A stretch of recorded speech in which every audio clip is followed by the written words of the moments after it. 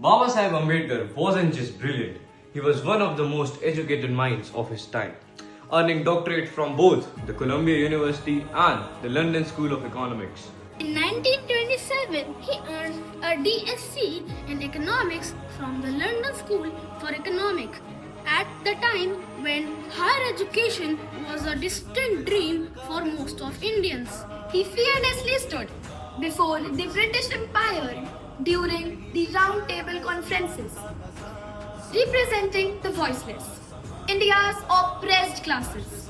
As the chairman of the drafting committee, Ambedkar gave India its constitution, embedding justice, liberty, and equality into its very first foundation. As India's first law minister, he fought for a legal system in which no one would be above or beneath the law, only equal to it. His personal library housed over 50,000 books. He believed that a room without books is like a body without soul.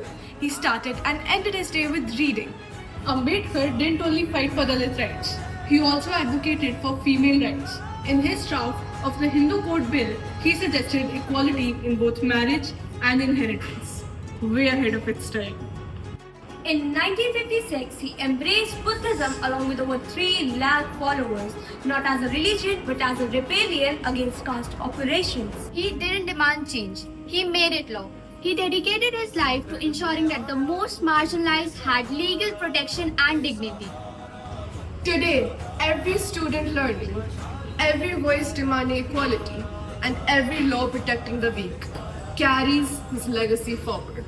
He wasn't just a leader, he was a revolution in human form. This was Dr. Bhim Rao Ambedkar, the father of modern India. Learn, reflect, share, because the more we know him, the more we know ourselves. Jai Bhim.